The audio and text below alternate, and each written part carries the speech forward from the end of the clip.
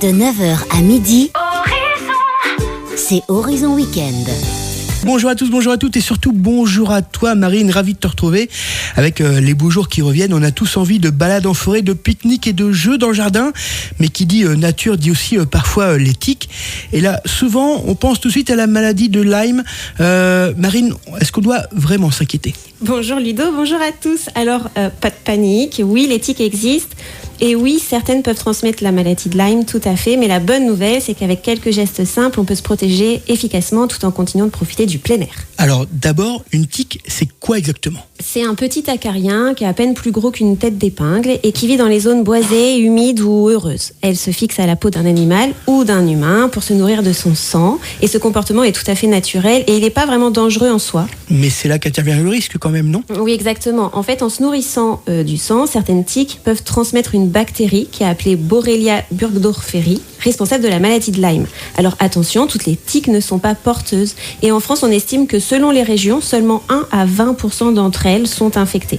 Alors si on est piqué, comment savoir si on a la maladie ? La maladie de Lyme, elle se déclare entre quelques jours à quelques semaines après la morsure. Donc en fait, il faut être vigilant quelques temps. Le signe le plus typique, c'est vraiment une rougeur qui est en forme de cercle, en forme de cible, qui s'agrandit autour de la piqûre.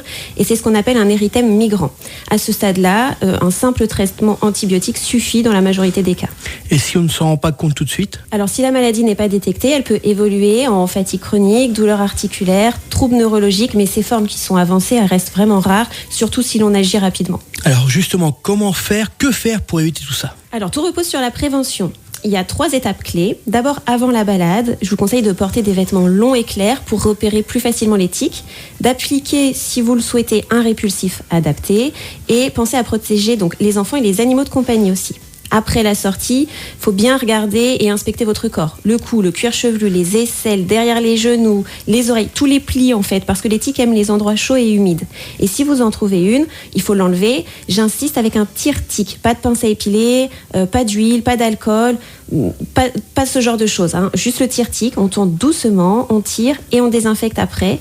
Et puis surtout, notez la date de la piqûre pour pas oublier et surveiller la zone pendant 3-4 semaines. Si jamais vous avez un doute, eh bien, s'il y a une rougeur suspecte, de la fièvre, une fatigue inexpliquée, le moindre doute, consultez votre médecin. Donc pas besoin de paniquer ni de rester enfermé chez soi. Non, pas du tout. C'est vraiment le message que je veux faire passer. Il suffit d'être vigilant. Une tique qui est retirée dans les 24 heures, elle diminue considérablement le risque d'infection. Et puis la maladie de Lyme, même si elle fait peur, elle se soigne très bien quand elle est prise à temps.